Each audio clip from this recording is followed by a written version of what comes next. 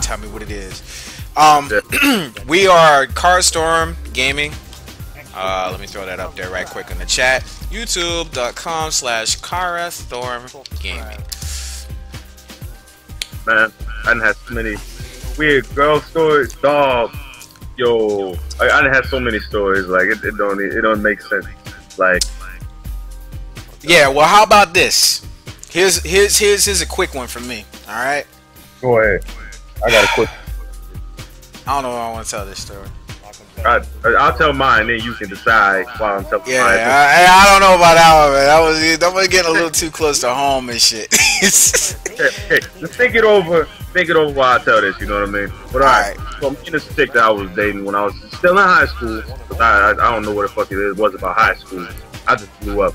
Before I was a fat chubby kid in middle school, and then I blew the fuck up in high school when I started lifting weights. But this chick, I was at her crib. We had the door closed. I was supposed to be helping this chick with her science homework. I was good in math science. Supposed to be helping her with her science homework. So the chick, she was like, "Yo, can you give me a massage?" You know, I was like, "Okay." You know, you get the lotion. You know, lotion. You know, rub it on her back. You know, and then all of a sudden, you know, she turns over and starts kissing me, and I'm like, "Yo, whoa, what is this about?" She's like, "This is my way of saying thank you." You know what I mean? And I'm like, and then after that, well, she was like, "Yo," she's like, "Lay down." She's like, "Lay down." You know, I want to give you a massage. And then I laid on my back. I mean, no, down, lay on my stomach. And then she's like, "No, lay on your back." And then I flipped over her, and she lifted up my shirt, started rubbing on my body and shit. And then she got on top of me and just sat on top of me. You know what I mean? While she was touching on my chest and stuff.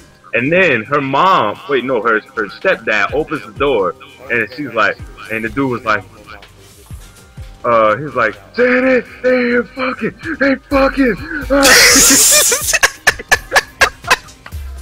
He's like, they fucking. Like talking like her mom, and like the whole thing that made it so funny was, her mom didn't even care. She's like, "Why didn't you lock the door? You know Randy was gonna overreact to that. Why didn't you lock the door?" I was like, Man. even doing nothing though. She was just sitting on top of me. I still had all my clothes on and everything. Like, the only thing that was gone was my shirt. And the thing that the reason he thought it was because the cover pulled up for our lower body. Oh, okay. Yeah. That shit was hilarious. Dog. Oh my god. Alright, so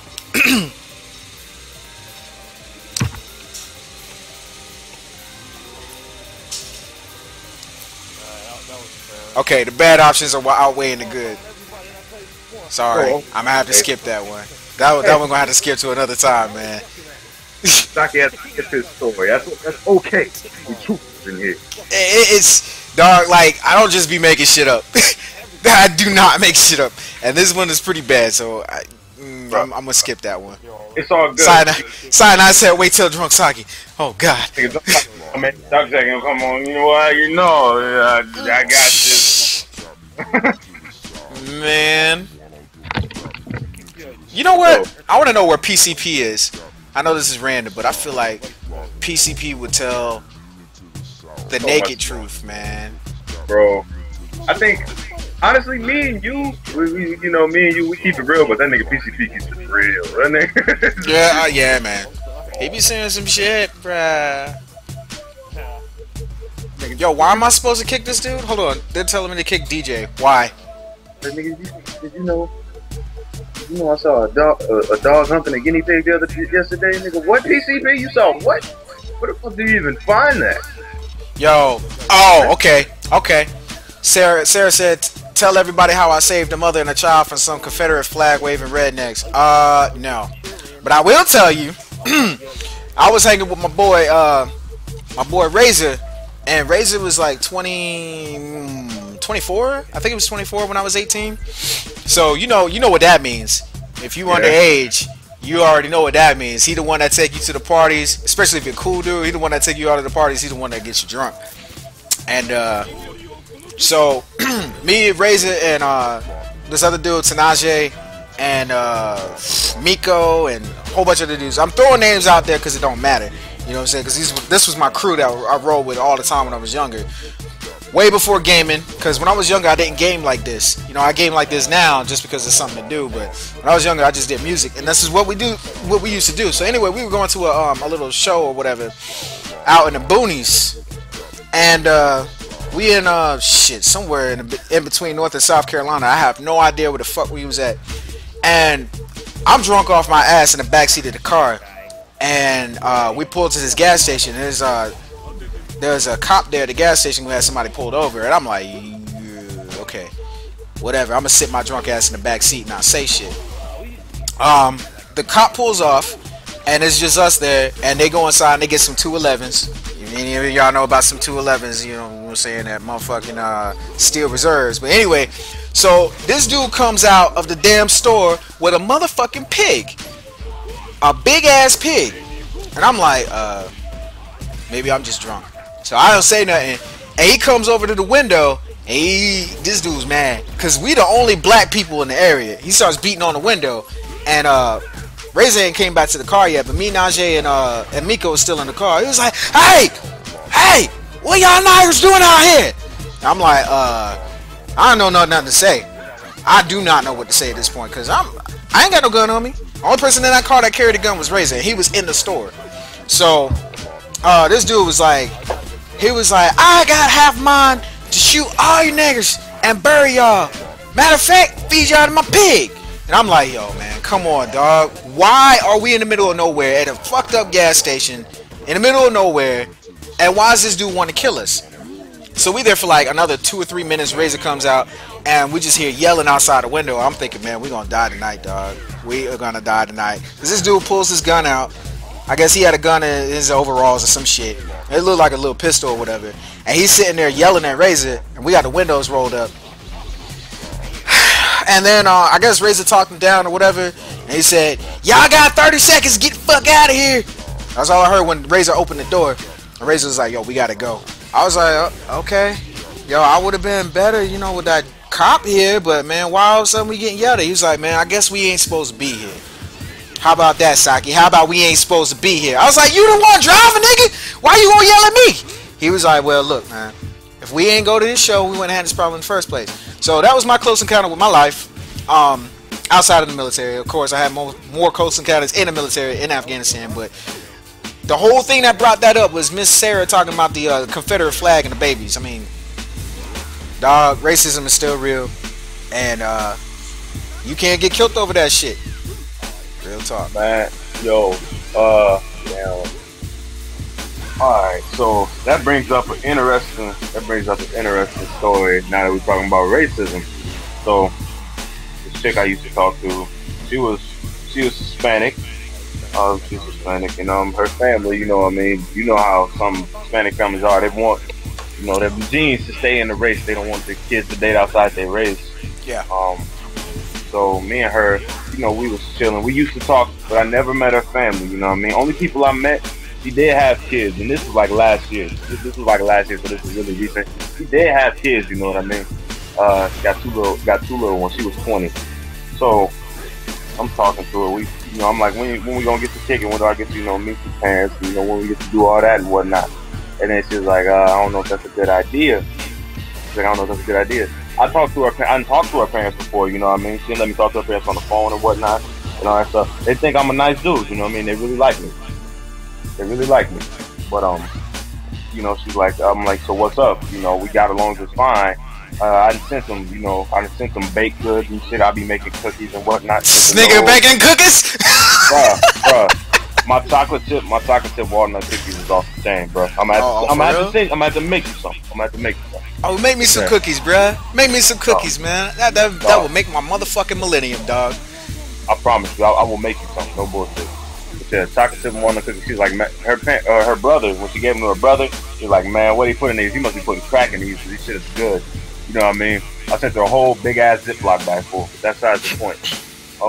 She was like, I was like, you know, they really enjoy me. You know, they really enjoy the stuff I do. You know what I mean? They think I'm a nice guy. I got my life on track and everything. So what's up? And then she's like, you know, my family just doesn't like me dating black dudes. She's like, they don't let me talking to black dudes. And I was like, word? It's just black dudes? She's like, they don't like me talking to white people either. You know what I mean? It's just like they want me to date Hispanic people. They want me to date somebody in our race.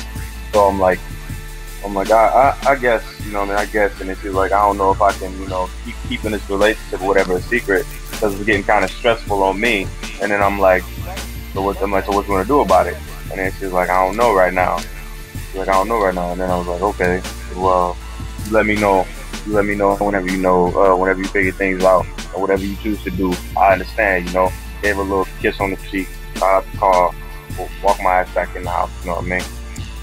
And then next thing I know, we took a picture together. Next time we kicked it, we took a picture together. She threw it up on Facebook, and she was like, "This is the guy I've been talking to for longest." And then I go on and see the picture on Facebook. All I see is these racist comments. You know what I mean? Like that. Can't believe you talking to. Can't believe you talking to a nigga. Can't believe you talking to the. You know, can't believe you dating the dog. You make us so ashamed. I can't believe you would do this to us and all that kind of shit. And I'm like, you know what? It's not worth it. I don't want to put that strain on you. I don't want to upset you and all that stuff. So just, you know, go ahead and do what you want to do. You know what I mean?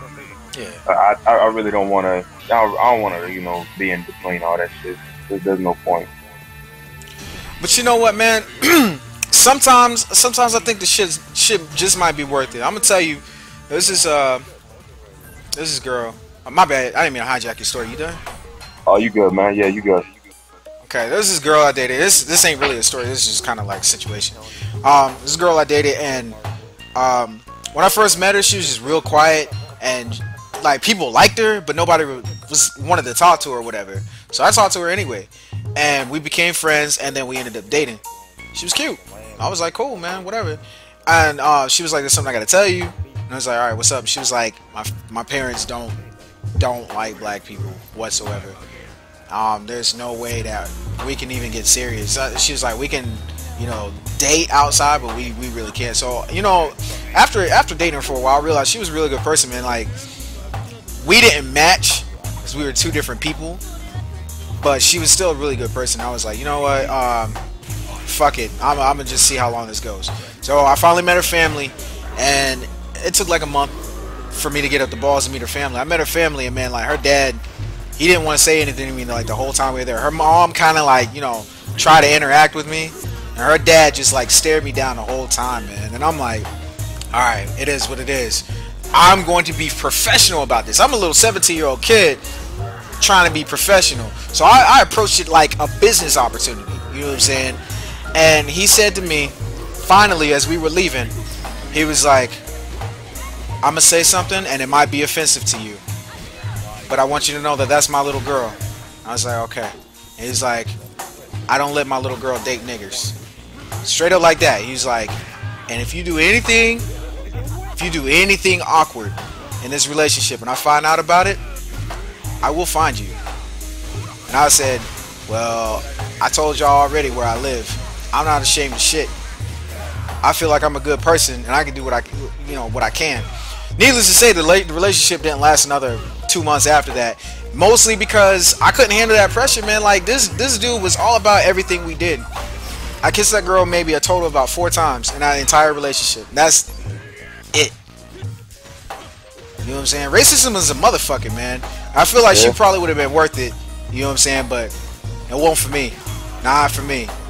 I can't deal with that shit. Imagine having kids 10 years down the line or whatever, and you got racist ass parents. They got to deal with that shit. You know what I'm saying? Yeah. That's the situations that people get themselves into, and this shit is still alive today. And that was only like, I don't know, I'm 29, I was 17, so like 12 years ago, some shit like that. Yeah. Man, it should be crazy, dog. Like, and the thing is, it's weird when you see those people in that awkward space where, you know, like, all right, another story, another chick I talked to, she was a white girl though. This one was a white girl. So every time we would drive, every time we'd be driving or whatever, and she see like a Mexican drive, a Hispanic person, or see somebody driving weird, you know, road rage and shit boil up. Oh yeah.